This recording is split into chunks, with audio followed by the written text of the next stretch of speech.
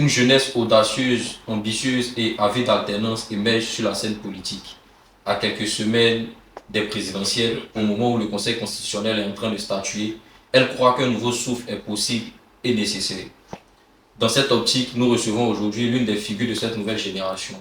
J'ai nommé le docteur Michael Louba, à qui je vais laisser la tâche et le soin de se présenter. Bienvenue à vous, docteur.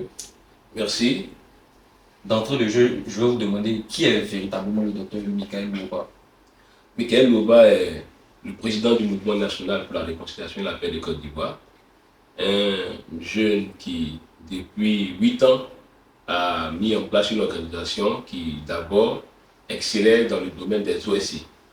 Et après ces 8 années, qui ont été riches en expérience pour nous, qui ont été des années de réflexion, d'intelligence et surtout de concrétisation de nos capacités, nous avons décidé de muer notre organisation en mouvement politique.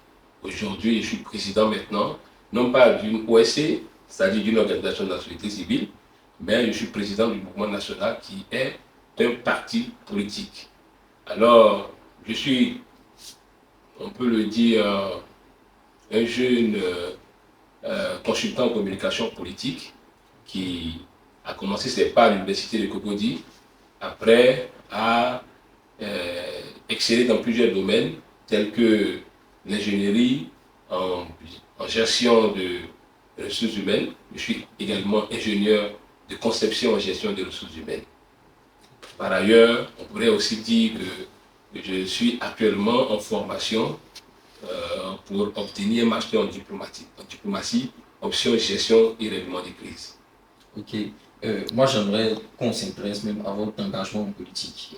Déjà, de quoi est-ce que ça part? Voilà. Effectivement, vous voyez qu'on a pour coutume de dire en Côte d'Ivoire que quand tu ne fais pas la politique te fait. Effectivement. Vous voyez qu'au lendemain de la crise de 2010-2011, il y avait un constat qui était amer, puisque depuis 1960, la sphère politique ivoirienne est caporalisée par une certaine élite. Ce sont les mêmes visages qu'on voit, les mêmes propositions qui sont sur place et le peuple grogne toujours. Fort de cela, fort de ce constat, nous avons décidé de mettre en place un système politique dont je suis le concepteur, l'éclectisme politique. Nous ne sommes ni de gauche, ni de droite, encore moins centristes. L'éclectisme politique que j'ai mis en place, et je vous le dis déjà que bientôt, nous allons faire la dédicace de mon livre, c'est-à-dire mon premier livre en politique. Donc, à mon CV, on peut ajouter également que je suis écrivain. Alors, donc, vous voyez que l'éclectisme politique que nous avons mis en place est une forme politique qui est la synthèse de toutes les thèses de conception qui ont déjà dirigé ce pays et qui sont déjà en phase de mener la vie politique en Côte d'Ivoire.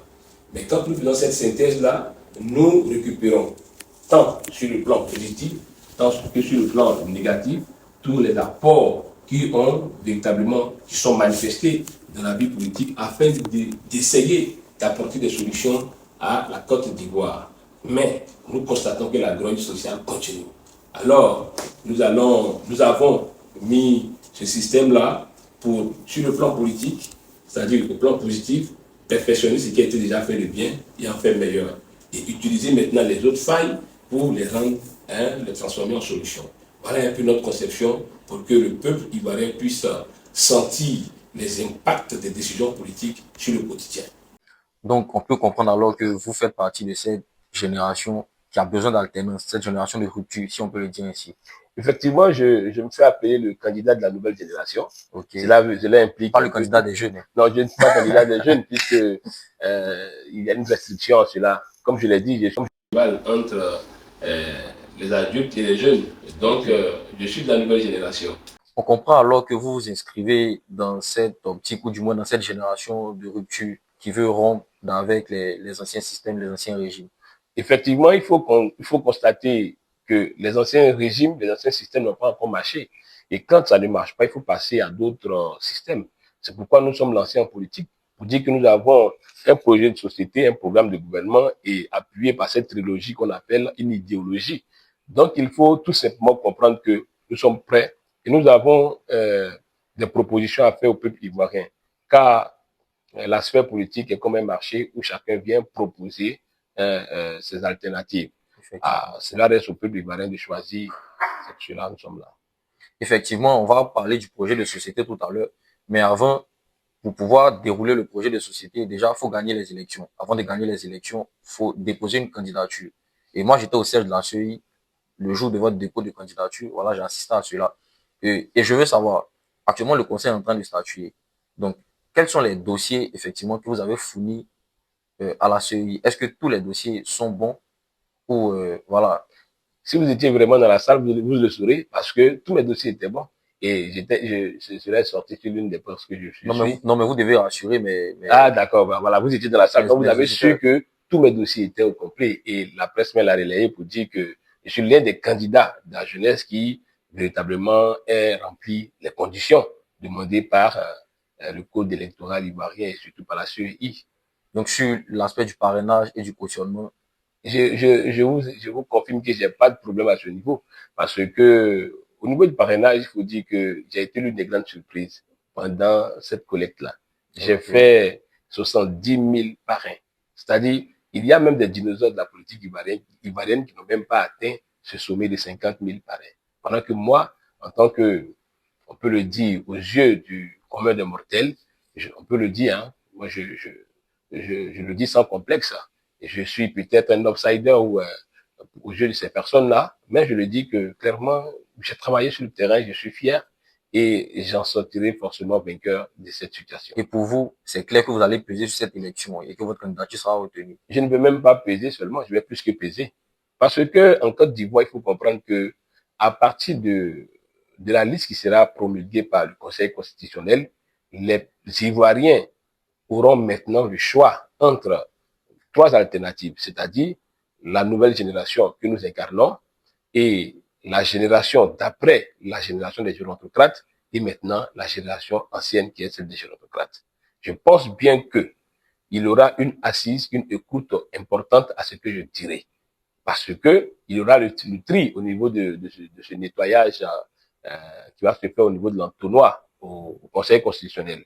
Et lorsque nous allons proposer et présenter aux Ivoiriens notre offre politique, je suis sûr que la majorité sera de notre côté. Et c'est quoi cette offre politique d'ailleurs? Effectivement, il faut comprendre que d'abord, nous avons scindé ou dispatché cela sur plusieurs domaines, dans plusieurs fronts. D'abord, au niveau social, c'est ça notre priorité. Moi, je l'ai dit clairement que je suis enfant de pauvre et je me suis débrouillé pour atteindre ce niveau-là. Et je connais les réalités du peuple ivoirien. Alors, ce qui est important pour moi, c'est de voir les Ivoiriens sourire, c'est de voir les Ivoiriens heureux. C'est pourquoi, lorsque je serai président de la République, mon budget de souveraineté sera accordé d'abord à tous ceux qui ont été déguerpis. Parce qu'en tant que président de la République, je suis sûr que mes avantages et mon salaire pourront me permettre de vivre tranquillement, de façon aisée. Mais ce qui est important, quand je prends actuellement le budget de souveraineté actuel, qui, je ne dirai pas la somme, mais peut facilement loger plus de 700 000 habitants. C'est-à-dire 700 000 habitants, mais je comprends que ceux qui sont dehors ne valent pas 700 000 habitants. La politique ne se fait pas pour se servir, on fait la politique pour servir les autres. C'est pourquoi on demande le suffrage de la population.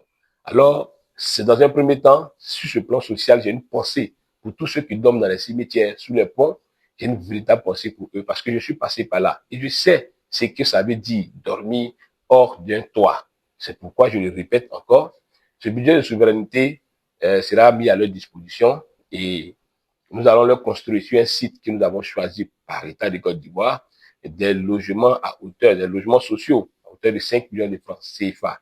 Ça peut être en géobéton, mais nous pouvons nous arranger de sorte que nos habitants ne dorment pas dehors. C'est un peu ça sur ce plan, c'est mon clé de cœur à ce niveau-là. Ensuite, je préconise, ou je prévois, étant étudiant, je vais vous raconter une petite histoire. Lorsque j'étais en première année de criminologie à l'université de Cocody, j'ai failli rater une composition à cause de 200 francs. 200 francs? Oui, pour 200 francs. Je vais vous faire l'historique. Je devais composer dans l'après-midi. Lorsque je devais composer dans l'après-midi, nous étions en temps pluvieux. Et mon grand frère, qui payait ma carte de bus, qui vendait les habits même pas vendait habits, même on peut le dire, il poussait la bourrette au marché de Couté, de Pougon. Et chaque fois, il descendait, il me donnait un peu, je partais. Quand on gardait, ça nous permettait de payer la carte de bus. Et puis, il y avait un autre grand frère qui était coiffeur. Lui, il m'aidait pour les fascicules. Nous étions dans une cour commune parce que mon père, il est décédé en 2002. Après cela, nous avons connu ce qu'on appelle la descente aux enfers. Et c'est là que j'étais le seul étudiant. Mes grands frères et mes frères, ils ont abandonné les études. Ils ont décidé de se concentrer sur moi. C'est voilà pourquoi est-ce que chacun se débrouillait. Nous étions beaucoup entassés dans une petite pièce et chacun se levait le matin pour vaquer à ses occupations. Et moi, j'étais le seul, comment dirais-je, étudiant. Alors, ce jour-là, nous étions en temps pluvieux, vous savez que les petits commerces ne marchent pas. Donc, je n'avais pas accès à la carte de bus. Puisque nous étions en temps de compo, on n'allait pas régulièrement pour les TD et les CM. Donc, je restais à la maison et je bossais pour éviter qu'on le paye. Mais le jour de la compo est arrivé, jusque-là, je n'avais même pas mangé le matin et la pluie tombait. Bon, il n'avait pas d'argent. Mon grand frère qui est coiffeur m'a dit, bon, viens me trouver au salon de coiffure. En ce temps, les coiffures, ça faisait 200 francs. Donc, ça fait 200 francs aller pour le bus, 200 francs retour. Je n'en avais pas. Je suis allé voir mon grand frère et puis j'ai dit, bon, Grando, je vais pour la compo, j'ai mes fascicules, j'ai tout sur moi. Il dit, assois-toi là. Quand j'aurai les clients, tu vas véritablement prendre de l'argent et puis partir. J'étais assis là jusqu'à midi. C'est un seul client qui est venu. Il est venu, il a pris les 200. Quand il a fini de coiffer, il m'a donné les 200, j'ai attrapé. Il a une composition à 15h, 16h. Je suis là, je suis à Yopougon, je dois prendre le 85, le mythique bus 95 que nous prenions à l'arrêt du Falen. Mais j'étais là, j'attendais, ça ne venait pas, ça ne venait pas. J'ai dit, bon, grand frère, comme j'ai le transport aller, je vais partir. De toute façon, je vais m'arranger pour revenir. C'est comme ça que je suis parti à l'université, j'ai payé mes 200 francs. Arrivé, je suis arrivé à l'heure, en retard.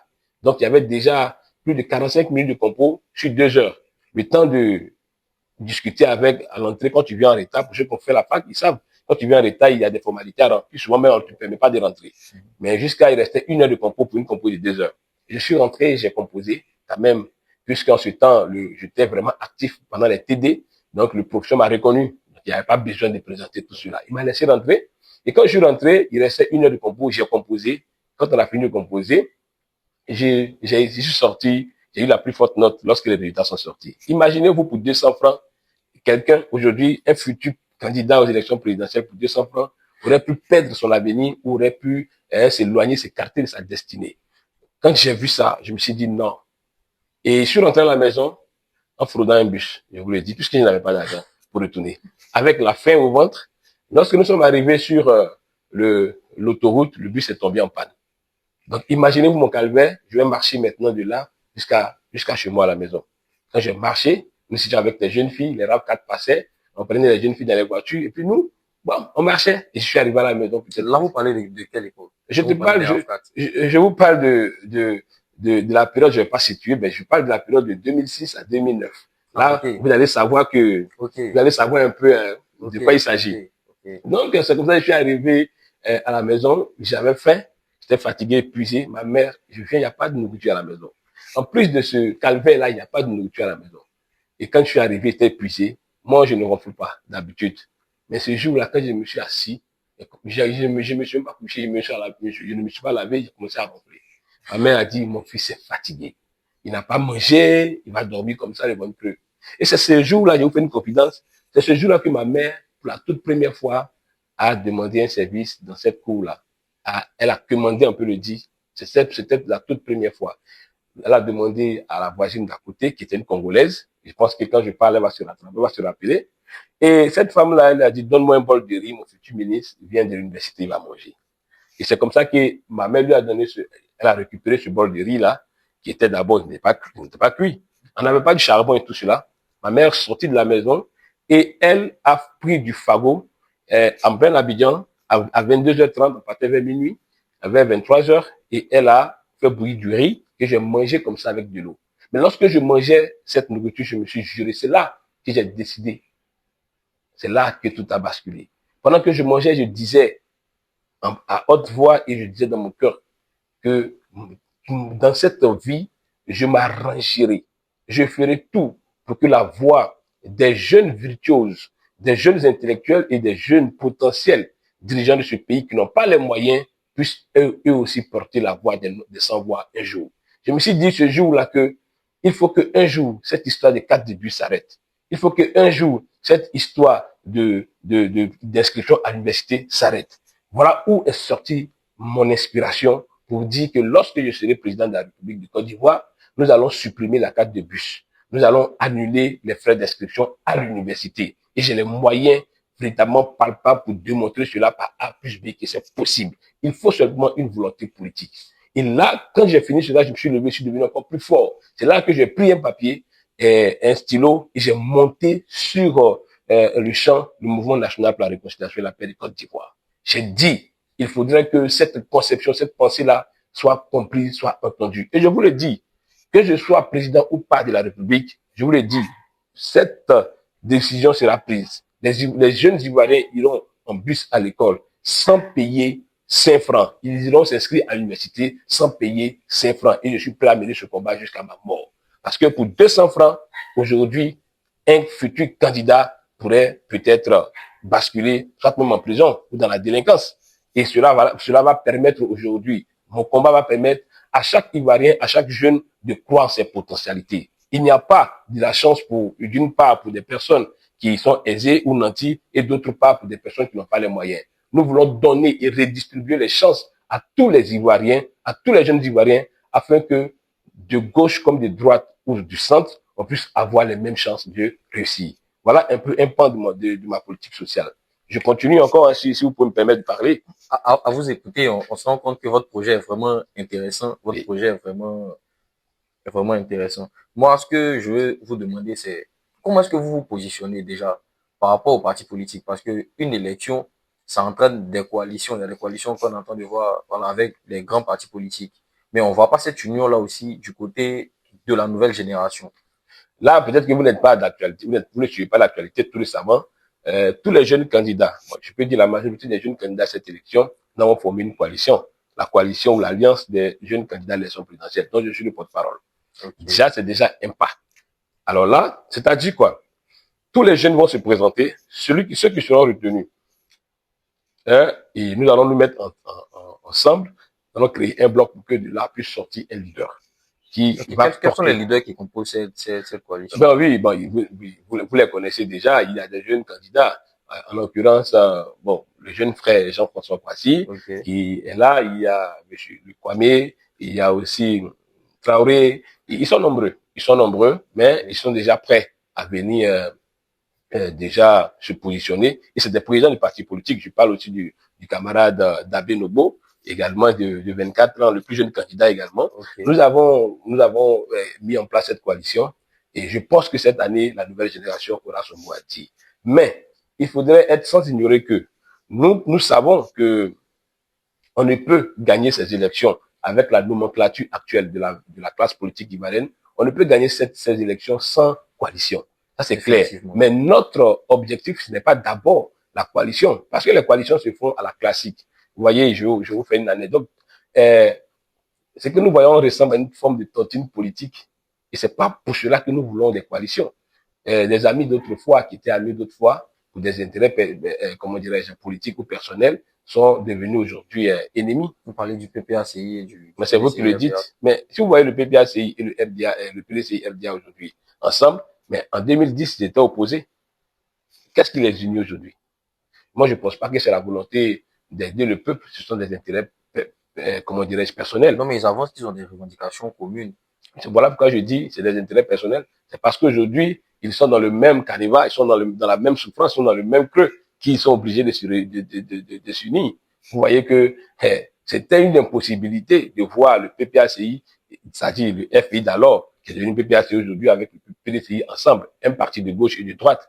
Le PPACI qui, lui, autrefois était ami au RDR, mais aujourd'hui sont opposés. Et après encore, quand on continue, on voit comment dirais-je, le GPS, qui était l'ami du RDR, qui est le RHDP aujourd'hui, ils sont opposés.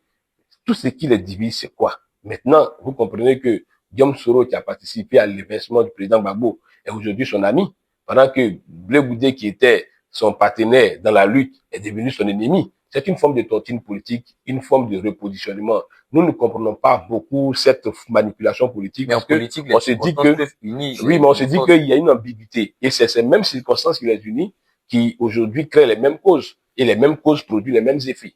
Voilà. Si en 95, l'union entre le PPAC et le FPI et le RDA était une union pour la cause des Ivoiriens, en 2010, le RDA ne serait pas retourné contre le président Gbagbo aujourd'hui. Il y a tellement de choses dans lesquelles nous ne nous mettons pas et nous voulons tout simplement dire que nous, la nouvelle génération, nous prenons tout avec beaucoup de recul. C'est pourquoi aujourd'hui, on n'a pas encore lancé une coalition. Et je vous le dis, forcément, il y aura véritablement des coalitions qui vont se mettre en place. Mais que la jeunesse aussi sache que ces coalitions sont à 3 niveaux. Il y a des coalitions de repositionnement, il y a des coalitions idéologiques, et puis il y a des coalitions d'intérêt. Bon, on va voir dans quel canevas nous inscrire, parce que la nouvelle génération a son mot à dire, et nous devons dire quelque chose dans cette phase politique. Sinon, la jeunesse sera laissée pour compte. Effectivement. Et moi, je veux savoir, quelle est votre position déjà par rapport aux revendications? Tout à l'heure, on a parlé du PDCI et du PPACI qui ont formé le Front commun. Alors, ils ont des revendications. Et par rapport à ces revendications-là, quelle est la position du docteur Michael Loba? Quelles sont les revendications? Notamment sur le 4e mandat, la CEI, une révision de la liste électorale, un audit électoral. Voilà. C'est ça. Quelle est la position du docteur? J'ai été dans le journal du quotidien l'un des premiers acteurs de la politique ivoirienne, même étant d'abord dans les OSC, a dit que a dit que je suis contre. Je souhaiterais qu'il y ait ce qu'on appelle l'audit électoral. Je vous le donne, je vous donne le numéro du journal après. La révision de la liste électorale. Nous avons fait cette déclaration, ce qui est tout à fait normal, parce que nous sommes aussi acteurs politiques, nous visons aussi le pouvoir. Lorsqu'il y a des ambiguïtés, il faudrait aussi participer à ce que tout cela soit éclairci et éclairé. Ça, c'est ce que je voulais dire à ce niveau. Maintenant, cela n'a pas été fait comme nous le souhaitons. De la même manière que ceux qui ont revendiqué autant que nous sont dans le processus électoral tout en continuant de revendiquer. Nous aussi, nous continuons dans ce processus électoral en affûtant nos âmes pour tout simplement gagner ces élections. Mais ce n'est pas tout. En ce qui concerne le 4e mandat du président de la République, il faut dire que chaque courant politique et chaque idéologie ou chaque parti politique a sa manière d'appréhender et de comprendre ou de lire le droit politique ou le droit électoral. Ce qui est clair, moi je ne peux pas, tellement nos combats sont nombreux. Moi, mon combat aujourd'hui, c'est que puisque la coalition dans laquelle je suis, certes, je remplis les conditions de l'âge, mais ceux qui me suivent sont nombreux sont ceux qui n'ont pas encore atteint l'âge. Nous nous posons la question, pourquoi est-ce que les jeunes de 24 ans, de 25 ans peuvent voter et n'ont pas le droit d'être ou n'ont pas le droit de candidater ou de prétendre briguer la magistrature suprême? Parce que l'un de notre combat, ça c'est une forme d'exclusion. Voyez un peu le paradigme. Pendant que nous luttons pour que cette forme d'injustice soit réparée, les autres luttent pour que aussi leur exclusion soit réparée. Pour dire que chacun a son combat et c'est des combats d'intérêt. Là où se trouve ton intérêt d'abord, parce que ce n'est pas l'intérêt du peuple que Gbagbo ou Tam ne soit pas sur la liste électorale, c'est l'intérêt de leur parti politique. Ça, c'est une réalité. Il y a quand même des Ivoiriens. Mais c'est ce que je dis, les partis politiques, c'est des Ivoiriens. Mais quand je parle, je le dis moi-même, comme vous me posez la question, je souhaiterais que Tidjane Thiam Gbagbo, il y ait une élection inclusive. Ça, c'est mon souhait à moi. Donc, pour vous, au niveau de la CEI, cette CEI-là, sans audit de la liste électorale, sans révision de la liste électorale, peut organiser une élection qui sera transparente, crédible. Non, moi, je parle pas de la transparence ou de la crédibilité à ce niveau-là. Parce que forcément, il y a forcément des creux. Et nous-mêmes, si je ne peux même pas avoir une connotation ambivalente dans ce que j'avais dit auparavant. Je le dis clairement, il y a beaucoup de creux, il y a beaucoup de suspicions. Mais cela ne peut pas empêcher un parti politique qui est véritablement implanté de gagner cette élection. Ça, c'est clair. Parce que, vous voyez, les élections, c'est les hommes qui vont sur le terrain pour voter. Et dans chaque bureau de vote, il y a des représentants qui font parvenir les informations jusqu'à la base. Donc, si cela est suivi à la lettre, que tous les bureaux de vote il y a des représentants, sont suivis, il y a la transparence à ce niveau-là, je vous assure que si c'est un parti de l'opposition qui a gagné, ce sera clair et ce sera fiable. Il n'y aura pas des doublons, il n'y aura pas des personnes qui vont voter plusieurs fois. Moi, je pense cela. Ça, c'est ma conception à moi. Mais revenant sur, comment dirais-je, les revendications de l'opposition, il y a deux formes d'opposition. Il y a l'opposition classique et l'opposition moderne. Nous sommes une opposition moderne. Je le dis clairement que ceux qui sont en train de dire qu'ils veulent tout simplement que Tidjane Thiam et Gbagbo soient sur la liste, ils ont leurs raisons. Et effectivement, ils s'appuient sur des tests et des tests de loi sur des raisons pour revendiquer cela. C'est tout à fait normal, c'est de leur droit de revendiquer lorsqu'ils se sentent biaisés, se sentent lésés. Ça, on ne peut pas les empêcher de le faire. Mais nous aussi, est-ce que lorsque nous luttons, vous voyez par exemple le jeune Dabé Novo, le candidat, qui dit qu'il souhaiterait que les jeunes de 24 ans puissent candidater. Est-ce que quelqu'un le soutient dans ce combat? Donc nous aussi, nous avons une forme de revendication. Ces jeunes-là qui peuvent être députés, ces jeunes-là qui peuvent voter, nous revendiquons parce que nous disons que la sagesse ou la valeur n'attend point le nombre d'années. Et peut-être que si vous vous joignez à eux, ils vont mener le combat. Pourquoi eux, s'ils ne se joignent, pourquoi eux ne pas se joindre à nous aussi? C'est ça le problème aujourd'hui. Pourquoi c'est nous qui devons aller vers eux pendant que nous disons que nous avons une légitimité et notre constat est légitime. Pourquoi plus nous représentons cette frange de la population représente plus de 77% de la population ivoirienne. Pourquoi nous ne pouvons pas, comment dirais-je, nous mettre ensemble d'abord pour lutter pour cela? C'est pourquoi je vous le dis, ce sont des positionnements d'intérêt. Nous luttons pour que, en Côte d'Ivoire, la majorité qui vote puisse également prétendre briguer la magistrature suprême. Est-ce que c'est pas noble, ça? C'est très noble. Pendant que eux, ils luttent pour que des personnes qui ont des problèmes soient avec la loi, même si il y a des anomalies dans la manière de les écarter, mais même s'il y a des anomalies, mais c'est le combat à eux. Moi, je le dis clairement. Après Gbagbo, Laurent, Bétier, Ouattara, le monde continue. Nous allons vivre. C'est vrai, je ne suis pas d'accord qu'ils soient exclus de cette manière. C'est vrai, il y a un pincement au cœur de voir des grands leaders comme ça ne pas participer aux élections présidentielles. Mais qu'est-ce que je peux faire si aujourd'hui je suis confronté à la justice? Nous ne pouvons faire que des déclarations. Mais nous ne sommes plus prêts à marcher pour des gens qui ont déjà vécu les rêves. Parce que nous aussi, nous sommes une alternative, nous avons beaucoup à proposer. Si je passe mon temps à perdre mes forces dans les rues, si je passe mon temps à crier pour quelqu'un, pour une seule personne, pendant que moi aussi j'ai des conceptions, j'ai des idées, mais je pense que ces idées-là vont rester à la traîne. Il faudrait qu'il y ait une alternative crédible. Il faudrait qu'il y ait une succession probante. Et c'est à cela que nous nous positionnons. Si jamais Dieu fait grâce, comme on le dit dans notre jargon, que les élections se passent dans de bonnes conditions, mais je vous assure que la jeunesse, avec la force que nous présentons aujourd'hui, dans les années à venir, ne sera pas sous-estimée. Et vous-même qui me parlez aujourd'hui, vous êtes jeune, vous savez que en le faisant ensemble, nous sommes en train de repositionner une nouvelle mentalité. Ça va diminuer un peu beaucoup de stress dans ce pays-là, mon cher frère. Mais pensez-vous tout de même que face à cette machine du RHDP, est-ce que les jeunes, je vous pose la question clairement, oui, est-ce que vous pouvez battre le candidat du RHDP lors de ces élections? Tout est possible. On n'est pas en guerre pour espérer perdre ou mourir. Tout est possible. C'est pourquoi nous avons affûté nos âmes, comme je l'ai dit, et nous avons préparé nos stratégies. Ne regardez pas le RHDP, le PPACI en termes de mastodonte politique, mais regardez aussi les jeunes ou les nouvelles coalitions qui se positionnent aujourd'hui en termes d'alternatives crédibles. Qu'est-ce que nous proposons? Imaginez-vous que la jeunesse ivoirienne et que le peuple ivoirien demande un face-à-face ou des débats ouverts, des propositions d'idées claires et sincères. Imaginez-vous que cela se passe dans la clairvoyance, dans la transparence. Je vous assure que la jeunesse qui a beaucoup à proposer sera d'abord audible, mais ensuite on lui accordera un crédit parfait. Parce que, je le dis aujourd'hui, quand je dis que lorsque je prendrai le pouvoir, je libéraliserai le secteur de l'électricité et de l'eau. Ce qui a été dit, les gens disent que dans les textes ont été déjà promulgués pour que cela soit fait. Mais est-ce que dans les faits, aujourd'hui, il n'y a pas une seule compagnie qui a le monopole de la gestion de ce secteur-là? Il y a une seule compagnie, mais nous venons pour dire qu'il faille qu'il y ait plusieurs acteurs dans ce domaine pour que l'effet de la concurrence puisse profiter à la population. Cela a été le cas de la téléphonie, du secteur de la téléphonie. Donc, c'est possible que cela se passe aussi dans le domaine de, comment dirais-je, la CIE, la SODECI, et aussi dans les secteurs à forte marge de consommation par la population. C'est clair. Nous avons beaucoup à proposer.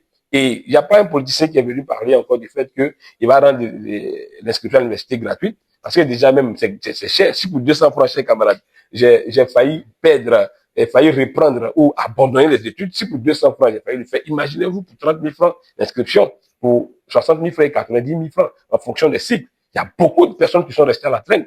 Et les fumoirs sont bondés des jeunes aujourd'hui intellectuels. Il y a aussi certaines personnes qui se livrent à l'alcool, puisqu'on le dit, l'oisiveté est la mère de tous les vices. Nous voulons déjà tailler cela à la racine. Voilà, nous avons des propositions. C'est au peuple ivoirien de décider. Je suis sûr, avec l'essor, de la communication des réseaux sociaux aujourd'hui et de la pointe de la technologie où tout le monde est au courant de tout, je suis sûr que si nous émettons des idées qui vont dans le sens des aspirations de la population, c'est clair et net que nous allons faire basculer les choses. Ça, j'ai cette conviction-là et je suis sûr que cette année, rien n'est gagné encore pour qui se croit grand. Ok, et le parti au pouvoir est en ce moment en train de défendre son bilan. Et vous avez des propositions qui sont quand même intéressantes. Et lorsqu'on vous écoute, lorsqu'on écoute les propositions que vous donnez là, on se rend compte que vous inscrivez un peu en faux contre ce bilan dit inattaquable. C'est là qui vient un peu la force de l'éclectisme politique. J'ai expliqué un peu. Nous, dans notre jargon, je le dis sur tous les plateaux, partout où je passe, je le dis que notre force, ce n'est pas de venir contrarier ou de contredire ce que les autres ont fait.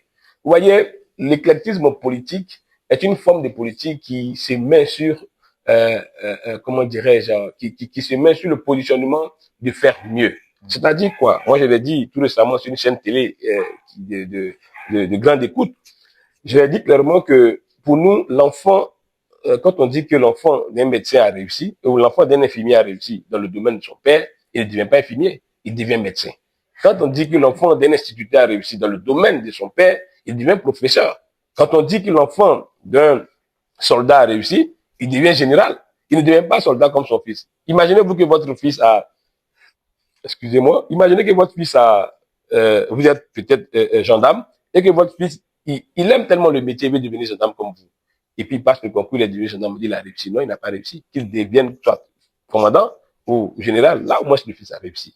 C'est-à-dire que nous, la nouvelle génération aujourd'hui, nous nous proposons, nous nous positionnons dans l'optique de faire mieux que nos pères, nos prédécesseurs. Alors, nous n'avons pas pour vocation, d'abord dans notre vision politique, de statuer ou de critiquer ou de fustiger ce qui a été déjà fait. Nous, notre vision, c'est de dire merci à nos dévanciers parce qu'ils ont positionné la Côte d'Ivoire à un certain niveau pour chacun. Depuis le père Félix Houphouët-Boigny, ensuite Henri Konan Bédié, Gbagbo Laurent jusqu'au président Alassane Ouattara.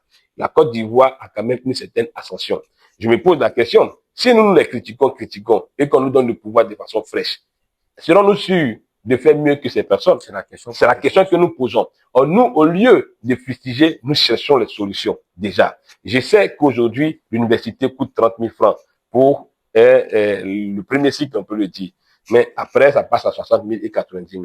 Alors, puisque nous savons que cela fatigue un peu les populations, les pauvres parents, qu'est-ce que nous faisons? Au lieu de dire que c'est trop cher, nous venons avec une solution pour dire, au lieu de payer 30 000 francs, nous allons permettre que ce soit gratuit. Nous avons la possibilité, le mécanisme de le rendre gratuit. C'est très simple, hein. Et au lieu de dire que il y a beaucoup de dettes en Côte d'Ivoire et que nous sommes à 40 000 milliards, c'est l'erreur que le président actuel a faite. Parce que quand il était dans l'opposition, il y avait une dette de 6 000 milliards. Il dit c'est catastrophique que les petits-enfants des arrières vont rembourser cette dette. Il a tapé fort là-dessus, mais quand il est venu, regardez un peu ce qui se passe. C'est ça l'éclectisme, c'est ça la beauté de notre politique. C'est ça la beauté de notre idéologie. Même si ce n'est pas votre vision de critiquer. Oui. Donc là, vous dites indirectement que le bilan, il est attaquable. Non, il n'y a pas de bilan inattaquable. Okay. Même, il n'y a pas de bilan inattaquable. L'œuvre humaine n'est pas parfaite. Celui qui dit que le bilan est inattaquable, c'est un abus de langage, en fait. Ce sont des slogans ou des expressions politiques. Voilà. Donc, nous, en tant qu'acteurs politiques, nous ne restons pas là-dessus. Puisque lui, il propose 30 000 francs pour l'inscription et que nous, on va proposer, comment dirais-je, 0 francs. Nous, on ne dit pas attaquable parce que nous ne venons pas attaquer, mais on dit qu'il est discutable. Okay. Voilà, voici un peu les thèmes que nous utilisons dans notre idéologie politique. Parce que nous avons une certaine éloquence politique que nous voulons inculquer à la nouvelle génération. C'est pour dire que ne venez pas pour tout simplement fustiger, pour dire ceci est mauvais, ceci est là, ils sont mauvais. Je leur dis que ça a rattrapé le pouvoir en place. Pour 6 000 milliards de dettes, ils ont tiré au scandale, mais ils sont venus avec 40 000 milliards. Bon, nous, fort de ce constat, Et si nous crions au scandale, que nous venons et ça fait 76 000 milliards, alors que faut-il faire? C'est cette nouvelle génération qui s'est mise en place, qui réfléchit. Et je vais passer en même temps par cette lucane pour faire ma transition.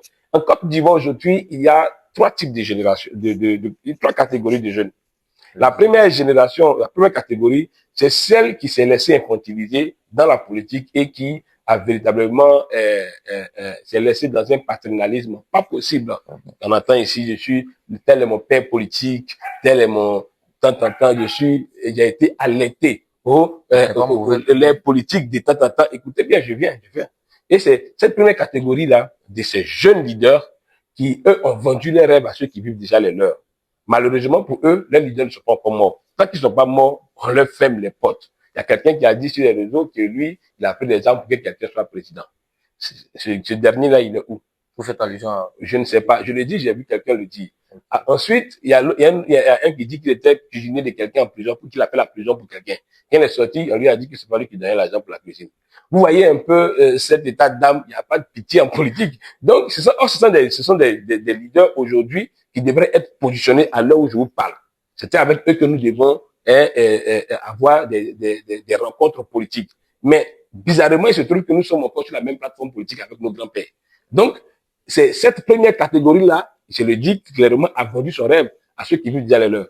Mais regardez de tous ces leaders de cette première catégorie-là, personne n'est dans cette campagne actuelle. Pourquoi? Parce qu'ils ont fait la part belle à ces dinosaures et ces dinosaures étant vivants n'ont jamais accepté de leur faire laisser la place. Nous, on a constaté cela depuis. Pour dire qu'on ne se fait pas la place en Afrique ici. Alors, il faut préparer déjà des concepts pour maintenant aller contre ce qui s'est déjà positionné. C'est-à-dire conception contre conception, idéologie contre idéologie, proposition contre proposition. C'est dans cette posture que nous sommes. Il y a une deuxième catégorie qui, elle aujourd'hui a tout abandonné parce que c'est dit, bon, nous on a tout perdu, on a fait ceci, ils sont devenus aujourd'hui des cyberpolitiques. Ils font il y a même, comment dirais-je, aujourd'hui une avalanche d'injures sur les réseaux sociaux. Vous voyez un peu, des gens qui ont utilisé la politique comme du n'importe quoi. Et à cette catégorie-là, on ajoute aussi ceux qui sont, on ne sait pas faire la différence entre blogueurs, influenceurs et pasteurs. Ils sont tous dans cette catégorie. Ces personnes vous donnez du fil à retordre à mes auditeurs avec des noms, ça l'aide. Des personnes qui facilement n'ont pas, comment dirais-je, n'ont plus de pudeur, sont capables même de se mettre nus pour pouvoir tout simplement dans le but d'avoir des vues, se faire connaître. Et ce sont ces personnes aujourd'hui qui sont reçues dans les bureaux, dans l'administration, partout.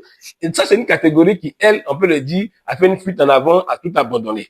Parce que cette catégorie a utilisé ce qu'on appelle les raccourcis. Il y a une troisième catégorie dans laquelle nous nous revendiquons, à laquelle nous maintenant croyons, et nous nous sentons. C'est la troisième catégorie qui fait un recul, qui propose des solutions, qui met en place des systèmes pour la réconciliation, la paix, pour l'entrepreneuriat, cette catégorie qui de recul, qui pense à la Côte d'Ivoire de demain, qui dit, mais quelle génération va représenter la Côte d'Ivoire aux instances internationales et tout cela? Quelle solution allons-nous apporter pour ces problèmes cruciaux, tels que la cherté de la vie, tels que la cohésion sociale, tels que, comment dirais, les rapports diplomatiques que nous avons déjà mis avec nos voisins et tout ça qui sont vraiment périlleux. Mais cette génération-là qui est assise et qui est soucieuse de l'avenir de la Côte d'Ivoire, c'est à cette génération-là que nous nous appartenons. Et non pas une génération de voisance. Parce que demain, dans le conseil des décisions, dans le conseil des nations, quelle représentation la Côte d'Ivoire aura à l'international? C'est à ça que nous pensons. Et c'est de cette génération que nous faisons partie. Voilà pourquoi je vous dis que nous sommes prêts et que nous savons avec aisance que demain, ça va porter. Demain commence maintenant et demain appartient à la nouvelle génération, demain appartient à la jeunesse. Et notre slogan, c'est un slogan d'assurance. Pour terminer, j'ai tout de suite envie de vous demander, si vous êtes élu au soir du 25 octobre, quelle est la première réforme que vous entendez faire? La première chose que vous allez faire si vous êtes élu? Comme je l'ai dit dès l'entame, que la première des choses, il y a des personnes qui vivent dehors. Ça, je l'ai dit. C'est ma première, c'est ma priorité. Les gens qui dorment sous les ponts, qui dorment dans les rues. Quand je suis couché, même chez moi, ici, je pense à ces personnes. Je me demande comment est-ce que ces personnes, ces enfants, ces femmes enceintes, arrivent à dormir, à vivre, se nourrir, pendant que les gens sont dans les salons feutrés. Est-ce qu'il y a une conscience aujourd'hui politique que nous acteurs avons? C'est ça, quand je me pose ça, je dis, dès que je prends le pouvoir, il faut que ces personnes soient recasées. Ça, c'est ma priorité. Donc les logements sociaux. Les logements sociaux, mais gratuits. Parce que je prendrai mon budget de souveraineté pour leur offrir chez toi. Ça, c'est clair. Peu importe le genre ou le type de maison que ces personnes auront, il faut que ces personnes dorment sous un toit. C'est ma priorité. Ensuite, j'ai dit directement, lancer l'appel d'offres pour que il y ait plusieurs acteurs au niveau de la CIE et de la SODECI. Parce que nous assistons beaucoup aux AVC électriques. Je vous assure, la facture d'électricité seulement rend malade. Il faut que cela soit véritablement, il faut que ça soit à la baisse. Ça, c'est clair. On ne peut pas diminuer le coût des denrées alimentaires. C'est un peu compliqué. Mais on peut diminuer le coût de la vie par d'autres mécanismes. Si, au lieu de payer la facture de 50 000, je paye 10 000, les 40 000 qui sont là-dessus, là, peuvent compenser le prix de la tomate qui a augmenté. Voilà comment est-ce qu'on pense à la population. La politique, c'est pas seulement que le positionnement du là, mais il y a aussi la pensée rotative, des gestions pour que chacun puisse en tirer pour son compte. Mais ça, c'est d'abord de le côté social dont je parle aujourd'hui comme ça. Et nous continuons, je le dis clairement, je vais redonner aux Ivoiriens leur positionnement dans leur pays. Oui, j'aurai une politique de réciprocité au plan diplomatique, parce que je le dis dans mes meetings, les gens pensent que c'est de la plaisanterie. J'aurai cette politique-là. Je reverrai les conventions d'intégration avec certains pays. C'est-à-dire quoi? Si dans mon pays, pour venir, tu as besoin d'un visa, et si dans ton pays, pour aller, moi j'ai besoin d'un visa, ce sera clair chez moi, tu auras besoin d'un visa. Et les mêmes procédures d'obtention de ce visa, c'est ce que nous allons installer. La politique de la réciprocité. Ça, c'est clair. Si chez moi, on doit procéder de cette manière, si chez toi, on doit procéder de la manière A, chez moi, on procédera de la manière A. Ça aussi, il faudrait que l'Ivoirien soit là. Je vais repositionner encore l'Ivoirien tout simplement en revoyant la base de données du ministère de l'Intérieur. C'est-à-dire au niveau de tout ce qu'on appelle les cartes nationales d'identité. Nos cartes nationales d'identité ont été fraudées à une échelle pas possible. Donc, nous allons revoir les croisements de ces fichiers. Tous ceux qui ont fraudé pour avoir la carte là, ils seront véritablement mis aux arrêts. Ça, c'est clair. Parce que la carte nationale d'identité, c'est notre identité à nous. On ne doit pas la tronquer. Ça, c'est clair. Le passeport ivoirien sera refait. Et quand nous allons revoir tous ces canaux de fraude là, vous allez sentir que l'Ivoirien sera reconnu. Maintenant, l'inscription du nom et du nom du père et de la mère sur ce document très important va réapparaître. Cette inscription va réapparaître. Pour que si tu es Ivoirien de père et de mère, ça se sache. Si tu es Ivoirien de père ou de mère, ça c'est un vrai Ivoirien, pas de problème, ça se sache. Si tu es Ivoirien naturalisé, c'est ça mentionné naturalisé. Si tu es Ivoirien par adoption ou par alliance, il faudrait que tout ça soit. Ça va régler aussi les questions électorales. Mais c'est clair. Mais ce qui est clair même, quand nous allons prendre du pouvoir, ces histoires de, comment dirais-je, je dis, enrôlement, ça ne va plus exister. Il y aura ce qu'on appelle la téléportation directe des données et des cartes d'identité automatiquement dans le fichier électoral. Dès que tu as ta pièce nationale d'identité, tu es d'office électeur. Ça, c'est clair. C'est pourquoi nous allons bien filtrer cela. Et il n'y a plus cette histoire des RLE, ça s'emmène. Non seulement c'est coûteux. Et regardez-moi combien, 20 milliards. C'est 20 milliards qu'on prend pour faire la RLE. Nous, c'est fini ça. Nous, ces 20 milliards-là doivent servir aussi encore déposer pour les étudiants. Je dis, je veux que les enfants du pauvre soient à l'aise à l'école. Ces histoires de budget pour la, c'est fini. Ça, c'est fini ça. Les documents qu'on doit faire pour aller se faire le lycée bouclé. Il va simplement, va téléporter directement pour éviter la fraude. S'il y a 200 millions d'Ivoiriens, automatiquement dans cette base de données, ils doivent voter. Il n'y a pas de RLE pour ça. Voilà, ça c'est clair. Et cette CEI sera réformée. Voilà. Une CEI qui sera, comment dirais-je là, purifiée de toute présence politique. Il n'aura pas, voilà, il n'aura pas de parti politique dans cette CEI-là. La société civile pourra s'en charger. Voilà.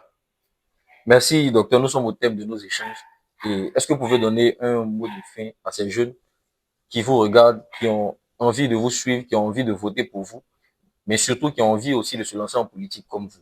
Ce que je vais dire simplement, les jeunes, on nous a fait comprendre, on nous a fait croire que notre place ou nos places se trouvent dans, comment dirais-je, dans les rues. Nos places sont dans les bacs où on nous met comme un bétail électoral pour assouvir les penchants des acteurs politiques. Non. Le jeune est celui-là même qui a toute cette forme de potentialité, un caractère puissant, de connaissance, de vigueur pour apporter un souffle nouveau à la politique ivoirienne. C'est pourquoi, dès mon entame au plan éducatif, j'ai décidé que l'enseignement technique et professionnel prenne la place de l'enseignement général. C'est vrai qu'il y aura l'enseignement général, mais ce que nous allons mettre en premier, ce sera l'enseignement technique et professionnel, de sorte qu'il y ait une adéquation entre la formation et l'orientation dans le système de l'employabilité. C'est sur ce fait-là qu'aujourd'hui, les gouvernants et nos prédécesseurs ont péché, parce qu'il n'y a pas de corrélation entre formation et employabilité. C'est ce qui crée aujourd'hui le problème. C'est un enfer, on ne peut pas en parler. Docteur Michael Louba, à la tête de ce pays, je pense que nous allons sortir de ce système général qui nous fatigue depuis longtemps et que la jeunesse sera repositionnée. Alors, j'appelle tous les jeunes Ivoiriens aujourd'hui à se lancer dans la politique. Aujourd'hui, on peut le dire que c'est déjà un retard, beaucoup ne sont pas inscrits et tout cela, mais dès qu'on lance une nouvelle RLE, que tous les jeunes prennent d'assaut les centres d'enrôlement, parce que demain commence maintenant et demain appartient à la nouvelle génération, à la jeunesse. Nous allons utiliser notre force, notre savoir, notre vigueur, surtout nos connaissances, pour pouvoir remettre la Côte d'Ivoire sur les rails d'une véritable nation qui est dans le domaine ou dans le sens de l'émergence. Je le dis, je veux faire de la Côte d'Ivoire une nation. Une nation dans laquelle il est très simple qu'un jeune de 19 ans puisse avoir les capacités de lui d'embaucher ses amis. Une nation dans laquelle le frère du Nord ne voit pas celui du Sud comme son ennemi. Une nation dans laquelle il y a une entente, une cohésion véritable qui va permettre que nous puissions, dans un commun accord, main dans la main, apporter notre État à un niveau de solennité au niveau international. Une nation dans laquelle tout étranger se sentira véritablement à l'aise, mais il y aura une différence entre l'autochtone et celui qui vient d'ailleurs. Une nation qui aura une identité. Et cette identité-là, c'est l'identité de celui qui est ivoirien d'abord. C'est sur cela que je voudrais vous dire merci. Nous souhaitons en tout cas vous voir, voilà, pourquoi pas à la tête pour pouvoir développer tous ces projets-là. Merci de nous avoir accordé cette interview et merci aussi à vous de nous suivre. À très bientôt. Merci.